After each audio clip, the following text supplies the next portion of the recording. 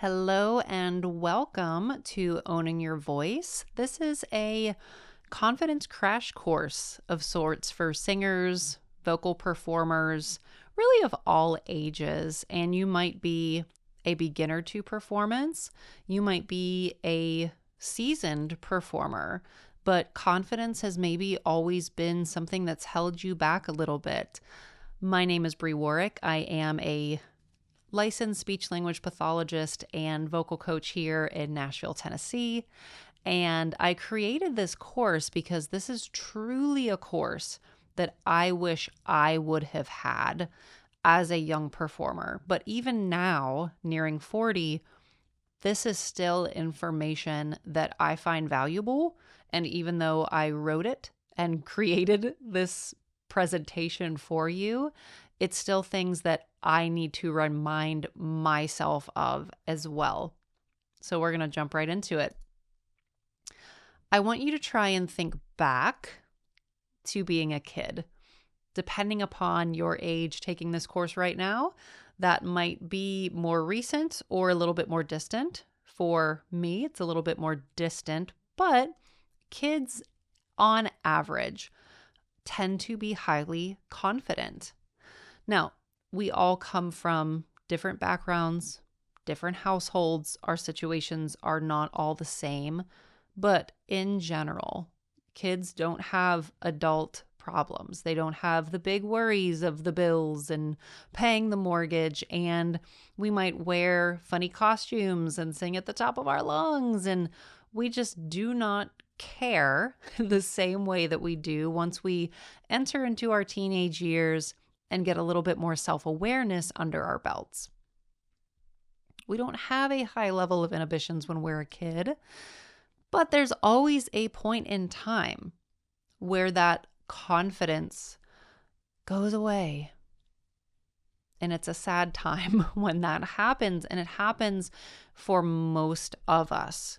If you are someone who has never lost that sense of confidence since you were a kid, I applaud you, but also if that's the case, you're probably not taking this course either. But if you know someone like that, that's great. Again, we're all built differently and have different experiences. A lot of times, though, I have found with the people that I coach, regardless of age, I've had full-blown adults that still struggle with self-confidence. And usually we can track it back to a certain age or an event that caused us to become extremely self-aware. I know for me in particular, it was with my brother, and I was probably around 12 years old, and he being a little bit of an angsty teenager, as many teenage boys can be, a little bit angsty. I was singing in the car, la la la, mom's driving us somewhere, and he looked me dead in the face and said, "If you don't stop singing, I'm going to punch you, hit you," whatever it was. And that really affected me at the time. And we have a fine relationship now. This is probably a memory that he is not even aware of in his memory bank. But to me, it really stood out. And for a lot of us, those triggering events do stand out. And then we start to search for all of the other times that just confirm that. And no matter how positive we try to swing it, no matter how much mom or teacher or best friend try to tell us, "Hey, don't listen to that. You're great. You're amazing." It's usually and oftentimes when we're young, especially, but it carries into adulthood where that negative triggering event really wants to stick out and be present. Sometimes it's a very embarrassing moment. Maybe this is something that happened on the playground or on stage, God forbid, but it has happened to many of us. Was there someone specific, and we want to try to name that person in a second, that shamed you into being more self-conscious? So we're going to try to identify and unpack that person a little bit, because we oftentimes give that person way too much power over us when they, one, don't deserve the power, and it's something that they probably don't even think about anymore. but it's keeping us up at night. So, what were the credentials of that person to criticize you? For me, with my brother, not a voice teacher, not a singer, no credentials. Sometimes that criticism can come from someone who is in that place of high credentialed ability to criticize or critique. Sometimes it might be a voice instructor that has given you really unfortunate advice or made you feel a certain type of way about yourself. I'll share another story. A good friend of mine who is a trained opera singer told me about a story where she had a voice instructor in college, and my friend really wanted to go for a specific part. And the instructor told her, "You're never going to get this part because you're too overweight." Sometime later, she saw her at an Overeaters Anonymous meeting. With that information, it's obvious that that particular instructor was probably coming from a place of her own insecurity. And I think many people do that when we have our personal insecurities. We may be laying that at the foot of someone else.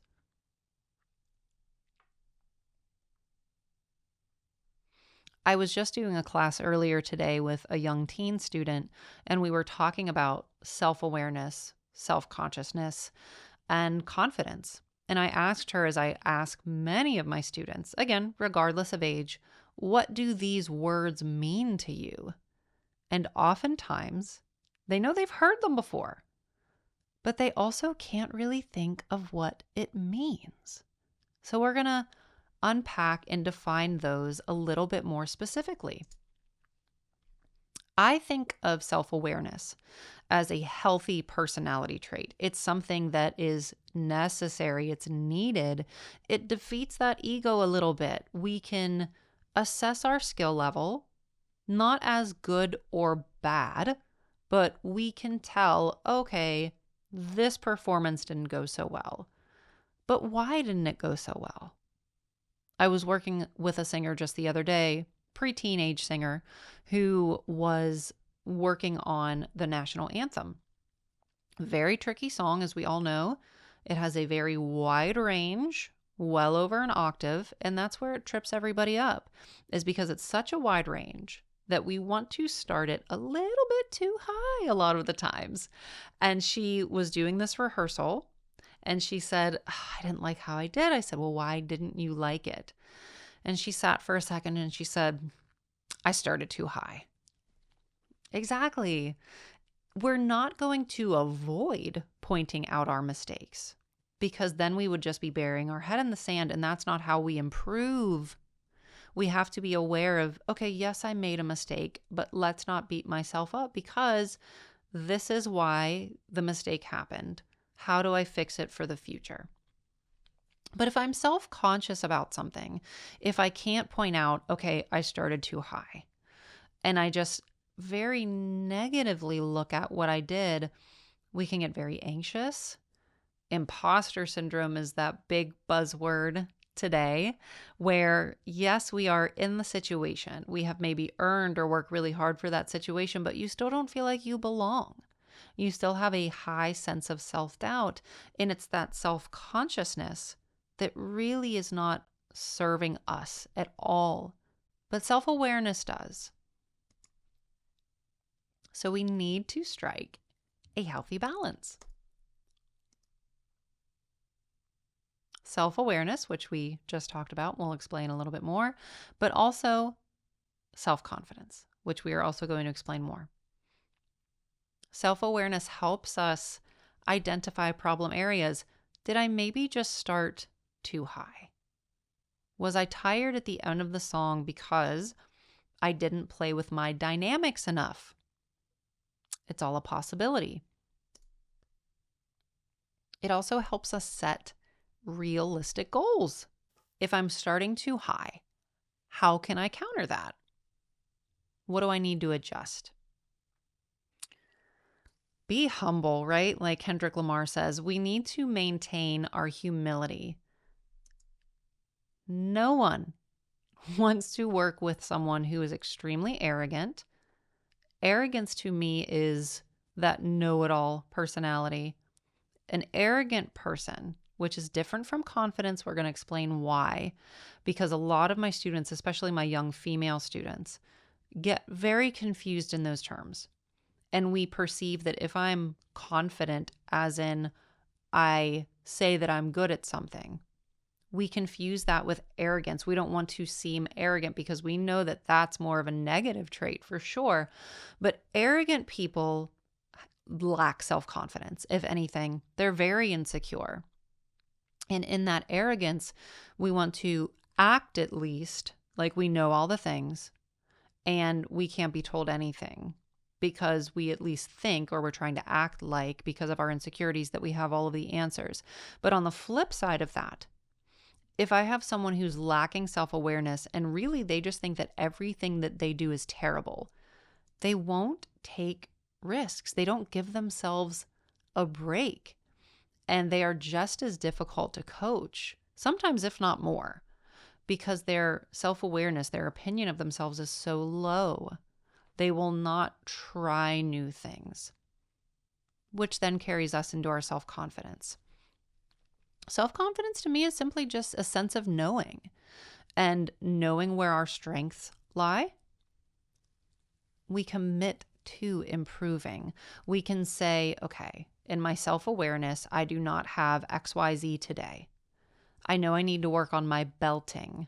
I know I need to work on my character if I'm doing a musical theater song, or just putting more emotion into a song in general. And striving to achieve those goals that we've set. If it's belting, adding more dynamics, working on pitch, whatever the goal may be. If I have a 1-octave range and I know that I want to increase that range, if I don't have a high level of confidence, I'm not going to test my skill set, let my voice break. If I'm doing something big and belty, I'm going to keep myself down, keep myself subdued, and I'm not going to push myself to the next level.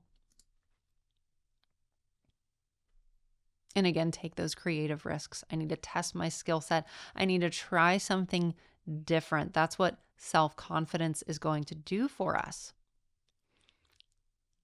I love the Dunning-Kruger effect. This is such a great chart. Again, I was looking at this with a student today. It's the relationship between our competency and our confidence. A lot of my students, when they start singing lessons, they have this high degree of confidence because they've never really had anyone constructively tell them, this is what you could maybe look at fixing. So we've got this peak of Mount Stupid, for lack of a better word. But as you start to learn more, you start to realize all of the things that you don't know. And then you start to get a little bit depressed. But then you gradually start to learn more. You become more enlightened. And then we can get to a more sustainable state of guru status, if we want to say. I would hardly call myself a guru, but I'm self-aware enough to admit that I don't know everything. But I'm also confident enough to admit that I probably do know more than your average layperson about the voice, speech therapy, how all of this inner working works, which is why people pay me to work with me, because they expect that, yes, I at least know more than the average person. Confidence to me, if I have to go to brass tacks, is simply a sense of knowing.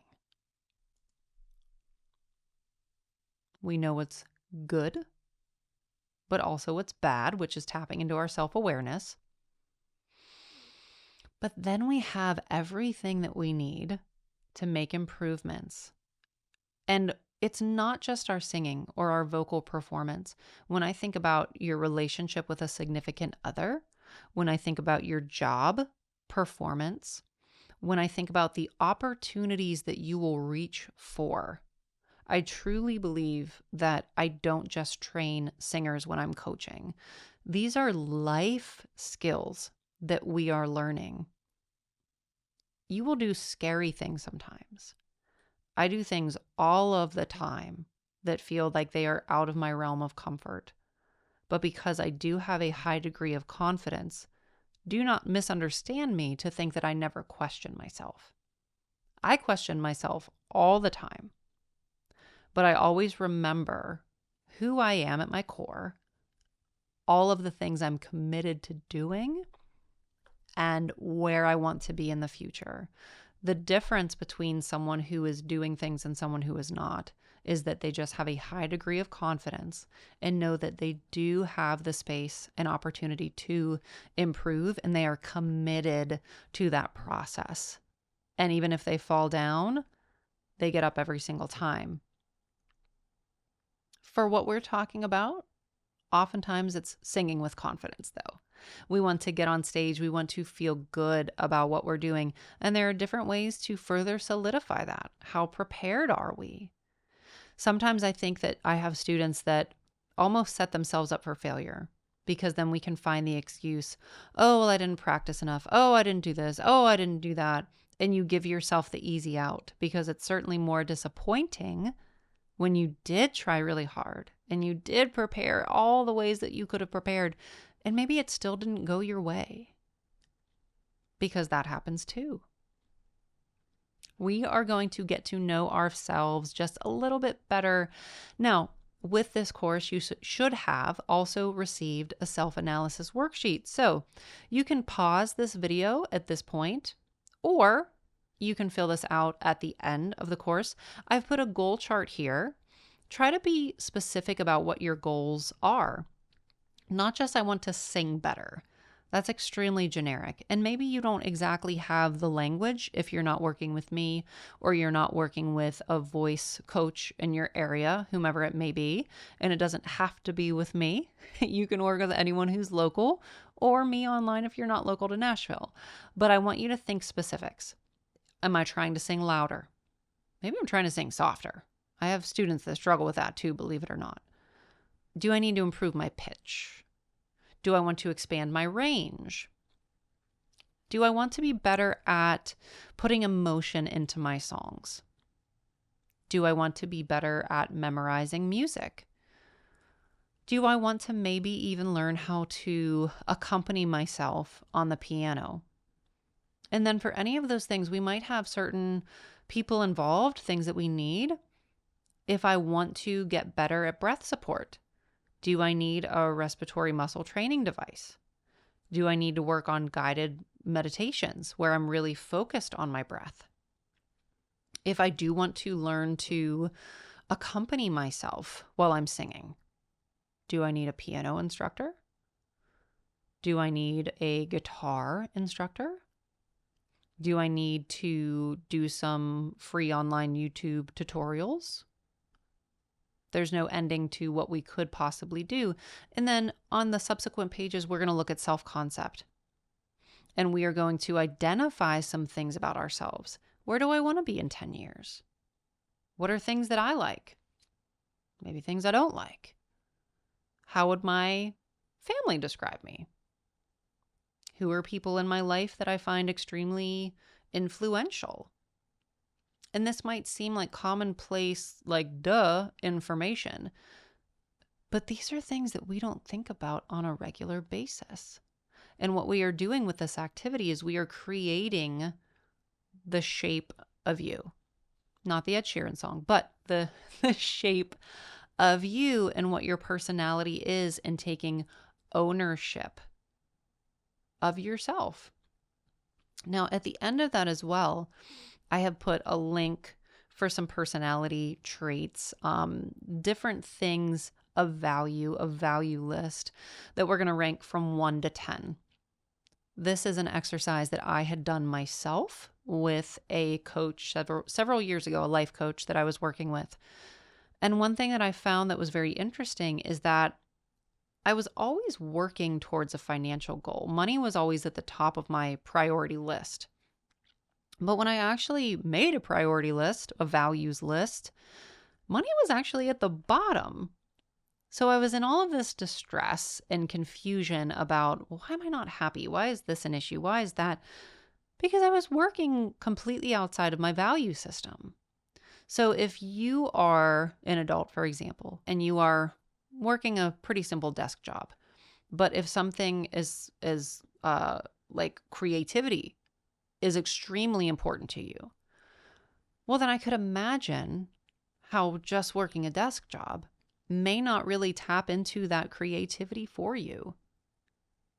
And then we have to find those other outlets, because when we are truly living into our purpose, I believe that also is something that is going to aid our confidence and how we view ourselves and the opportunities that we take moving forward. Granting forgiveness. Granting forgiveness. We are so good at granting forgiveness to other people. Our ability to grant it to ourselves, however, oftentimes not the best. Our self-awareness is accepting our imperfections. Easier said than done, I know. But we've got to cut ourselves some slack. If you are in a situation, and I know I've done this, where I want to say, gosh, that was such a failure, that was such a waste of time, nothing that you do is a failure or a waste of time. The failure or the waste of time is if you don't reflect on that experience, because I can absolutely guarantee there was something to learn from that experience.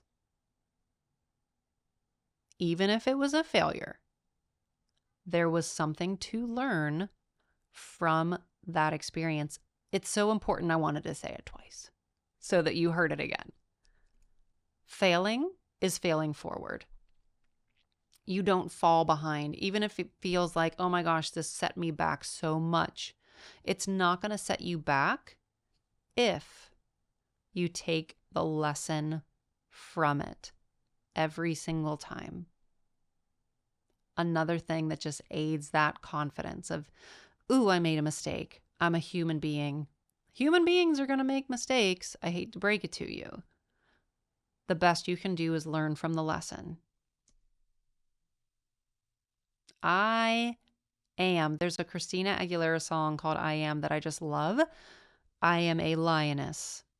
I am a woman. I am opening up to you. I am vulnerable. I am emotional. I am whatever, fill in the blank for yourself. We are going to make some declarative statements, and I don't want to make affirmations or declarative statements that don't feel like they have true value. I am amazing. I am confident. If you don't believe that you are confident yet, I don't want you to just make things that are lies. Maybe they're going to have a little bit of a bridge. It's okay to say, I am insecure. And maybe we say, I am insecure today, but I am committed to moving forward to be a more confident person. And we're going to make 10 of these. So again, if you've got a pause and you want to write these 10 down, or maybe you don't even write these 10 down today, but maybe you come back to it. Maybe you write 3. Tomorrow you write 2. But eventually getting to your list of 10. This is similar to me, almost like a gratitude list that my mother would always make me do when I was a kid. And we talked about kids at the beginning. Kids are also not really good at gratitude all the time and have a tendency to complain, which I know I did as a kid. Oh, all the things that I don't have. However, my mom would always sit me at the table and tell me to write a list of all of the things that I do have. So we are writing all of the things about ourselves. There is no rule to this. I am grateful. I am fragile. I am whatever, but we can frame it that way as well. It is whatever you find meaning in. And I can't specifically tell you what that is because it's very individualized to you. But taking ownership of whatever those statements are with the commitment that you are now more self-aware. We are gaining that confidence every day just by these awareness types of exercises. Thank you so much for completing this workshop. I hope you found it valuable. I hope it was important to you. And I appreciate any time someone wants to spend time with me because I think I have the best job in the world.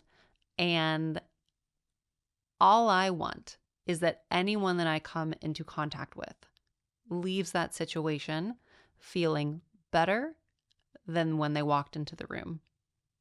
Thank you so much. And if you have any questions about this coursework, feel free to email me, Bri@briworek.com, or send me a message on any of my social medias. Thank you so much.